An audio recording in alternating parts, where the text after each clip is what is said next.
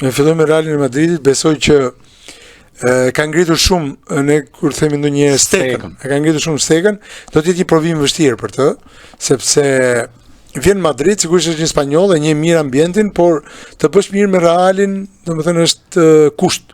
Nëse tek Leverkusen bëri një punë shumë të mirë, ndoshta edhe pa presion, por arriti të bëjë një skuadër shumë fituese, vendosi edhe një rekord që Ermali e ka të qartë, që askush si Leverkusenin, nuk mundi që brenda 34 javëve të kampionatit të mos merrte asnjë humbje.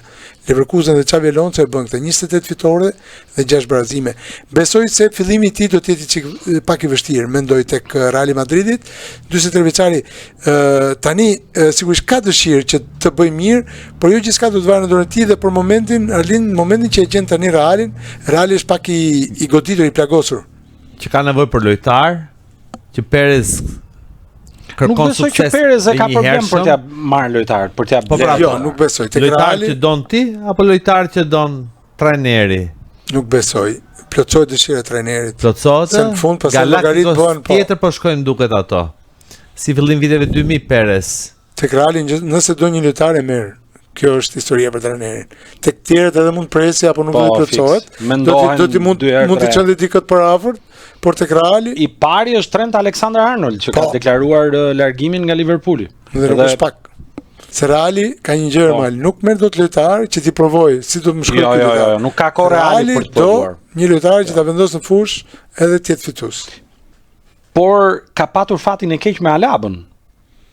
Që u godit nga dëmtimet. U godit nga dëmtimet, sepse edhe Alaba ishte një lojtar perfekt. Absolutisht. Kur largua nga Bayerni, thanë të gjithë që ky tek Reali mund të jetë njeriu dur. E filloi si mbrojtës i majt, pati problemet, tani nuk ka më vend për Alabën. Po, e vërtet, sepse dëmtimet nuk të Militao kështu më rapo. Thjesht jam kurështar ti si do sillet Perez, do ndjekë agjendën e tij. Unë mendoj që ka një agent personale gjithmonë. Unë nuk besoj që do të ndryshoj Florentino Perez agjendën e tij. Jo. Udhëzimet e Xhabit. Jo, tek Mercato besoj që do t'i japi dorë të lirë trajnerit për të zgjedhur lojtarët. Besoj. Alexander-Arnold erdhi. Alexander-Arnold e ka gjetur Alonso, po flasim për momentin që tani kur ai do të prezantohet, se prezantimi bën korrik. Deri në 30 qershor ai quhet trajneri i Leverkusenit. Po, e vërtet. Xavi Alonso. Po se do shkonte për kupën e klubeve. Po, botrorin e klubeve. Varet nëse skuadrat bien dakord. Mundet, po, edhe mundet që të arrisë që deri në 30 qershor.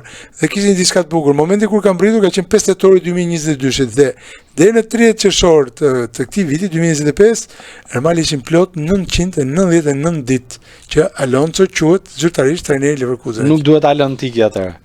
999 ditë, po, me 30 qershor ku s'ka dhënë